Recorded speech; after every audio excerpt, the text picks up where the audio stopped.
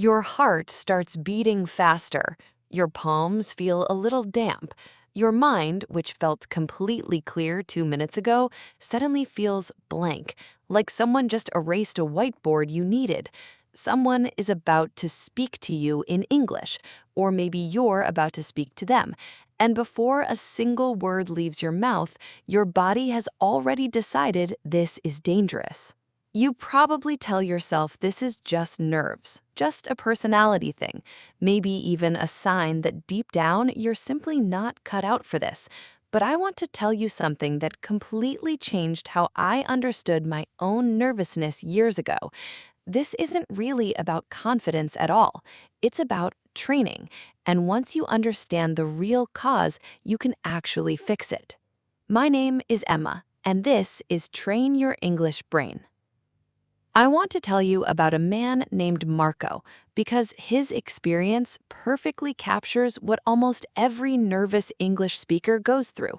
Marco was, by every measure I could see, an extremely confident person. He ran his own business, he gave presentations in his first language to rooms full of people without a hint of hesitation. He negotiated deals, handled difficult conversations, and generally seemed completely at ease talking to anyone about anything, except in English. The moment a conversation switched to English, something in him visibly changed. His shoulders tensed, his sentences got shorter and more careful. He later told me, "Emma, I feel like a completely different person the second I switch to English, and I don't understand why, because I know I'm not actually a nervous person." He was right. He wasn't generally a nervous person, but something specific was happening in his brain the moment English entered the conversation, something that had nothing to do with his underlying personality at all. Here's what's actually going on, and it has a very specific biological explanation. Your brain has a part called the amygdala, which acts a bit like an alarm system, constantly scanning for potential threats or unfamiliar, risky situations. When you encounter something your brain perceives as uncertain or potentially embarrassing, especially something where you might fail in front of other people, this alarm system can activate even when there's no real physical danger present at all. For most learners, speaking English isn't simply using a different language. It's stepping into a zone with far more uncertainty than speaking your first language. You're less sure which words will come out correctly. You're less sure how quickly you'll be able to respond. You're less sure whether you'll be understood or whether you might say something accidentally embarrassing. Your amygdala doesn't know the difference between genuine physical danger and the social risk of stumbling over your words in front of someone. It treats both situations with a similar alarm response, releasing stress hormones, increasing your heart rate, and, very unhelpfully, reducing your access to working memory exactly when you need it most to find the right words. This is precisely why Marco, someone so naturally confident in his first language, became visibly tense the moment English entered the room.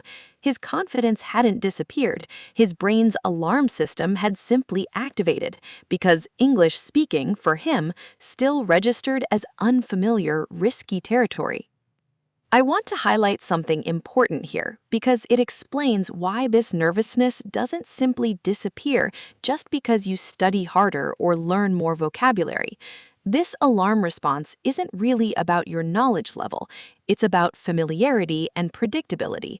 Your brain calms down around situations it has experienced many times successfully before, regardless of how objectively difficult those situations actually are. This is why an experienced public speaker can feel completely calm in front of 1,000 strangers, while someone less experienced feels terrified speaking to just 5 people. It's not about the audience size, it's about how many times your brain has successfully survived a similar situation before. This means the real solution isn't simply knowing more English. Marco already knew plenty of English.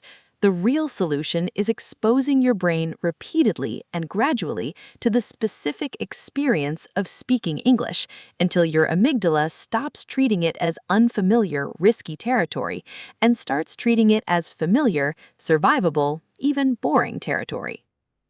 So here's what actually helps based on how this alarm system really works. The first thing is gradual exposure rather than sudden high-pressure exposure.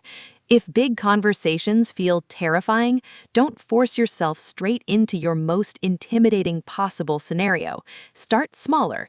Practice speaking English alone first, then with someone low pressure, then gradually work towards more challenging conversations. Each successful small experience quietly teaches your amygdala this was survivable, reducing the alarm response slightly each time. The second thing is repetition of the same type of situation specifically. If client calls terrify you, the fastest way to calm that specific fear isn't avoiding client calls. It's having more client calls, even imperfect ones, because repeated exposure to that specific situation is exactly what teaches your brain it's survivable. Avoidance feels protective in the moment, but it actually keeps the alarm system fully charged indefinitely, since your brain never gets the chance to learn the situation is safe. The third thing is recognizing the physical symptoms for what they actually are, rather than interpreting them as proof you're failing. When your heart raises before speaking English, that's not a sign you're incapable. That's simply your amygdala doing its job, slightly overactively in a situation that doesn't actually require this level of alarm. Recognizing this itself can reduce the intensity because you stop adding a second layer of anxiety about being anxious in the first place. I want to return to Marco's story because what eventually happened genuinely surprised him. He started deliberately having more small English conversations, low-stakes ones, with baristas, with delivery drivers, with people where the conversation barely mattered if it went imperfectly. Nothing dramatic, just repeated low-pressure exposure again and again. Several months later, he told me something that stuck with me. He said, "Emma, I had an important English call yesterday, and halfway through, I realized I hadn't even noticed feeling nervous. I was just talking."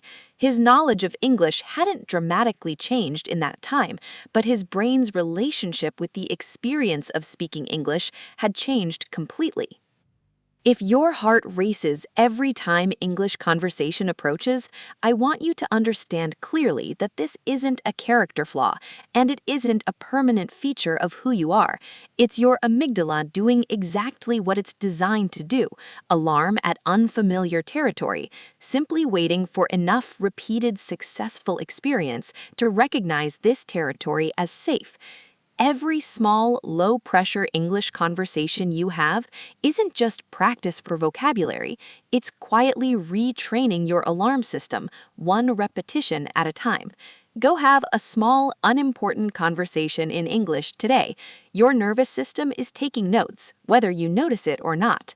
My name is Emma. I will see you in the next episode.